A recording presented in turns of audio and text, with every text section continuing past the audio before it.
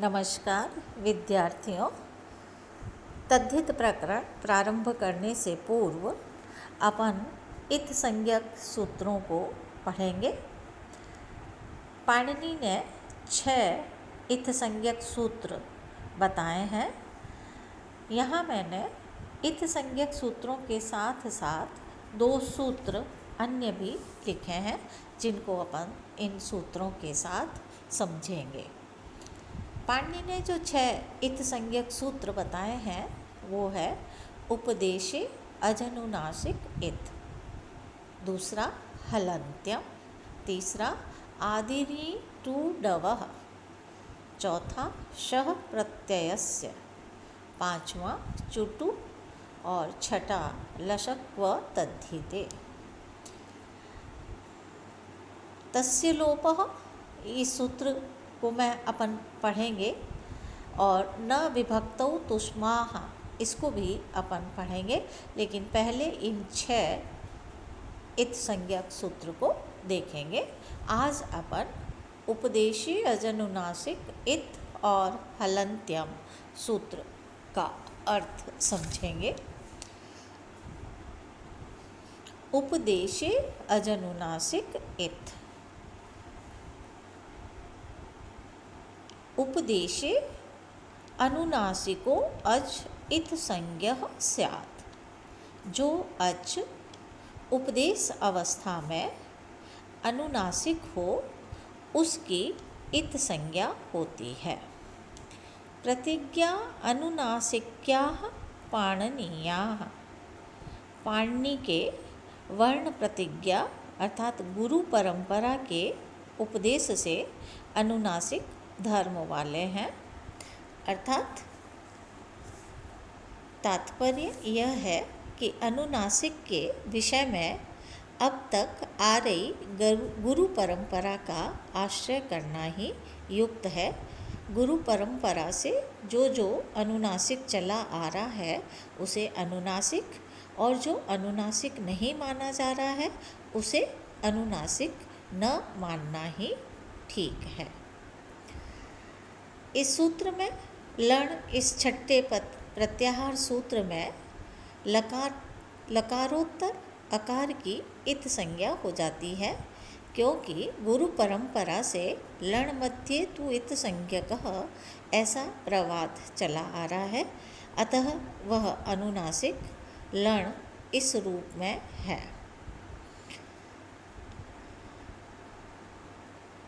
और इसी कारण से यहाँ पर ये जो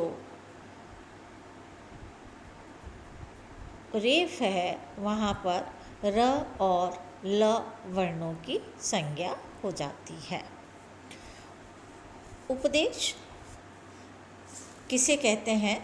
क्योंकि पाणिनि ने इसमें लिखा है कि उपदेश अवस्था में स्थित अनुनासिक अच की इत संज्ञा होती है। उपदेश किसे कहते हैं, इसके लिए पाणिनि ने व्याख्याकार जो है वो उपदेश के लिए कहते हैं कि प्रत्ययः शिवसूत्राणि आदेशा आगमस्तदा तथा धातुपाठो गणे पाठः उपदेशाः परिकीर्तितः। अर्थात भाष्यकार ने कहा है कि प्रत्याहार सूत्र, धातुपाठ, गणपाठ, प्रत्यय, आगम और आदेश ये सब उपदेश हैं।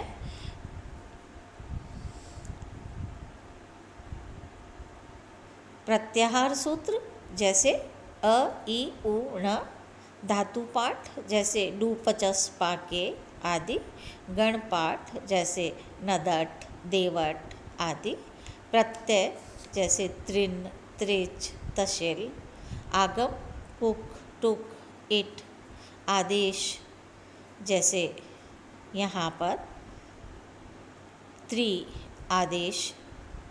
तो इस प्रकार यहाँ ये उपदेश अवस्था में जो अनुनासिक अच है उसकी इत संज्ञा होती है। और दूसरा सूत्र है हलन्त्यम।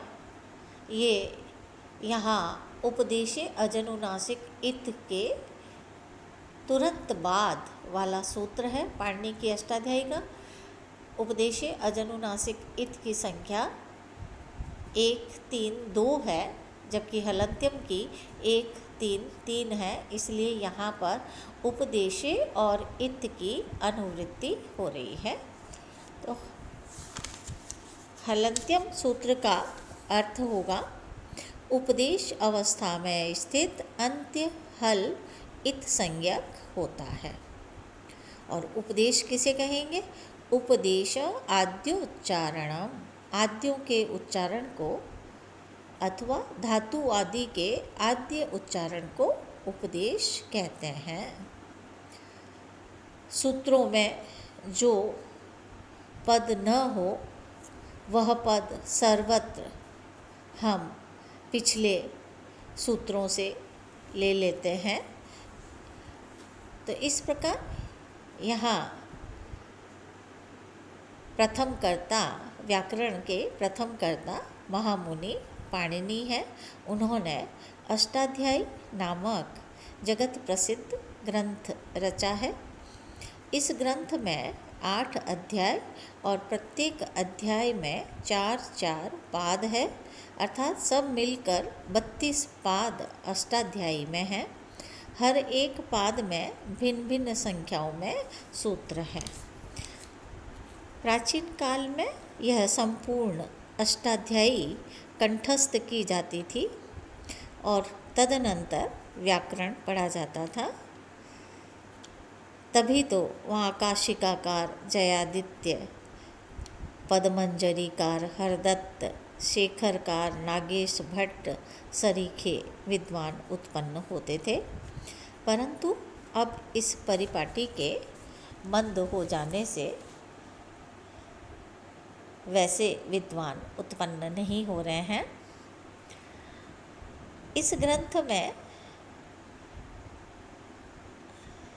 पाणिनि के इस लघु सिद्धांत कौमुदी में अष्टाध्यायी के सूत्र बिखरे हुए हैं। इनमें पहला अष्टाध्यायी के अध्याय का, इनमें जो प्रत्येक सूत्र में 3-3 अंक लिखे गए हैं, इनमें पहला अंक अष्टाध्यायी के अध्याय का सूचक है और दूसरा पाद सूचक तथा तीसरा सूत्र सूचक समझना चाहिए। जैसे हलन्त्यम 1 3 3, तो यहाँ 1 से तात्पर्य प्रथम अध्याय, 3 से तात्पर्य तृतीय पाद और अंतिम 3 से तात्पर्य तीसरा सूत्र है। तो इस प्रकार यह सूत्र प्रथम अध्याय के तृतीय पाद का तीसरा है, ऐसा ज्ञात होता है। पाणिनि के सूत्र पाठ के अर्थ करने का एक अलग ढंग है। कई पदों का सूत्रों में नामो निशान नहीं होता है, परंतु अर्थ करते समय ये आ जाया करते हैं। अतः सूत्रों के अर्थ करने के इस विचार को हम इस परिपाटी पर थोड़ा सा विचार करते हैं। जैसे मैंने अभी बताया था, उपदेशे अजनुनासिक इत, इस सूत्र से हलन्त्यम, इस सूत्र में उपदेशे और इत ये 2 पद आ जाते हैं, अर्थात इनकी अनुवृत्ति हो जाती है। और एक और है, इसमें जो पीछे सूत्र लिखा हुआ है सबसे अंत में, तस्य लोपः, तो यहाँ पर हम जिसकी भी इत संज्ञा करेंगे इन सूत्रों से, तस्य लोपः से उनका लोप हो जाता है। तो आज अपन ने इत संज्ञक ये 2 सूत्र पढ़े हैं। एक तो उपदेशे अजनुनासिक इत और दूसरा हलन्त्यम। आगे के सूत्रों में अपन अन्य 2 इत संज्ञक सूत्रों को पढ़ेंगे। धन्यवाद।